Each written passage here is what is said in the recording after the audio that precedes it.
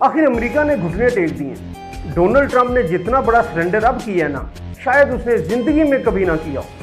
Iran की सिर्फ एक धमकी और ट्रंप का एक और यू टर्न, और इस मर्तबा का ये यू टर्न तो सिर्फ डोनाल्ड ट्रंप को नहीं बल्कि पूरे अमेरिका को नंगा कर गया, एक सुपर पावर को। हुर्मुज़ खोल दो वरना दुनिया बंद कर देंगे। नाज़रीन, वीडियो के एंड तक मेरे साथ जुड़े रहिएगा, क्योंकि इस वीडियो में मैं आपके सामने वो हक़ाइक़ लेके आ रहा हूँ जो आपको आम मीडिया नहीं दिखाएगा। और जिन दोस्तों ने अभी तक हमारा चैनल सब्सक्राइब नहीं किया, चैनल को लाजमी सब्सक्राइब करें ताकि डेली आपको नई से नई अपडेट्स मिलती रहे। नाज़रीन, इस मरतबा जो हुआ है ये कोई आम वाक़या नहीं है। ये तारीख का वो लम्हा है जहाँ एक सुपर पावर को सबके सामने झुकना पड़ गया। और अगर आपने गौर से नहीं देखा तो आज सुन लें, डोनाल्ड ट्रंप ने जितना बड़ा सरेंडर आज किया है शायद अपनी पूरी जिंदगी में भी ना किया हो, क्योंकि कल तक वो धमकियां दे रहा था कि जो भी जहाज स्टेट ऑफ हॉर्मज से गुजरेगा उसे निस्तो नाबूद कर दिया जाएगा। बिल्कुल यही धमकियां थी। और आज सिर्फ चंद घंटों के अंदर अंदर उसने खुद ऐलान कर दिया कि हॉर्मज को खुला रखेंगे, अब बंद नहीं होगा। असल कहानी यहां से शुरू होती है। ईरान ने सीधी सीधी वार्निंग दी, अगर हुर्मुज़ बंद किया गया तो हम सिर्फ यही रास्ता नहीं बल्कि पूरा रीजन बंद कर देंगे। खलीज ओमान बंद, पर्शियन गल्फ बंद, यहां तक कि रेड सी भी मुतासिर होगा। और जब ये सब बंद होंगे तो दुनिया में तेल, खुराक, इलेक्ट्रॉनिक सब कुछ रुक जाएगा, यानी पूरी दुनिया की सप्लाई चेन खत्म हो जाएगी। अब जरा सोचें, अगर ऐसा हो जाता है तो क्या होता? दुनिया में जॉब खत्म हो जाती है, बिजनेस खत्म हो जाते हैं, फ्यूल खत्म, खुराक खत्म, कीमतें आसमान पर जाती है और मुकम्मल अफरा तफरी। और यही वो पॉइंट था जहां अमेरिका को समझ आ गई कि खेल अब हाथ से निकल चुका है। लेकिन असल गेम यहां नहीं है, असल गेम पीछे चल रही थी। चाइना, जी हाँ, चाइना खामोशी से सब कुछ देख रहा था।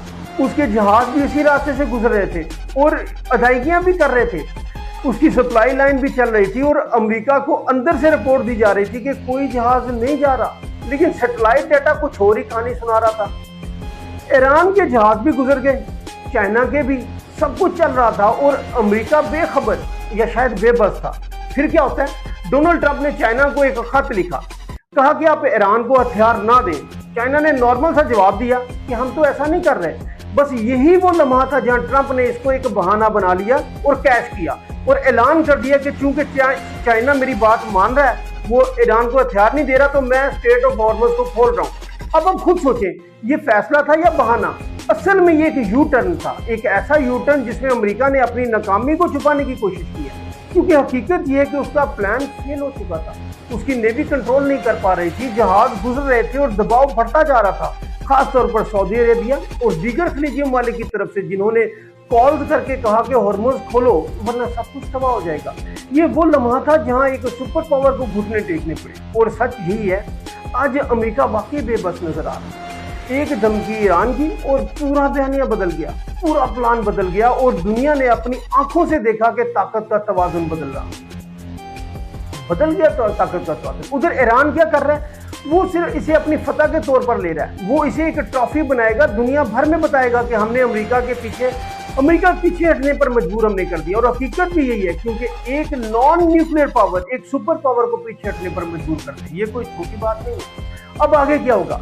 ट्रंप की पूरी कोशिश होगी कि वो एक जंग को मुकम्मल खत्म कर दे, कोई डील करे, दुनिया को बताए कि मैंने बड़ा कारनामा कर दिया, मैंने ईरान को रोक दिया, मैंने दुनिया को बचा लिया। लेकिन असल कहानी कुछ और है। असल में वो इस जंग से निकलने का रास्ता ढूंढ रहा है, क्योंकि इसके असरात बहुत खतरनाक हैं। तेल की कीमतें, मईशत, एयरलाइन सब मुतासिर हो रहे हैं। और अगर ये जंग लंबी चलती है तो अमेरिका के लिए सूरत हाल मजीद खराब होगी। और यही वजह है कि अब वो 1000 बार सोचेगा कि आगे किसी से टक्कर लेना भी है या नहीं।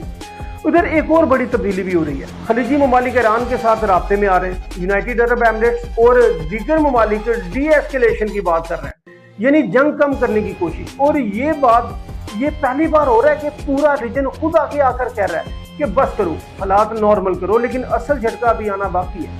असल तबाही जो अमेरिका की होगी वो इस जंग के बाद नजर आएगी, जब उसकी साख, उसकी सुपर पावर वाली हैसियत आहिस्ता आहिस्ता खत्म हो जाएगी, क्योंकि दुनिया अब उसे संजीदगी से लेना छोड़ देगी। और जब दुनिया आपको संजीदा ना ले तो आपकी ताकत खुद ब खुद खत्म हो जाती है। और याद रखें, ये सब कुछ एक ही चीज की तरफ इशारा कर रहा है कि गेम हाथ से निकल चुकी है और अब नए खिलाड़ी मैदान में आ रहे हैं, खासतौर पर चीन, जो खामोशी से बैठा देख रहा है, लेकिन बड़ी मजबूती से अपनी जगह भी बना रहा है।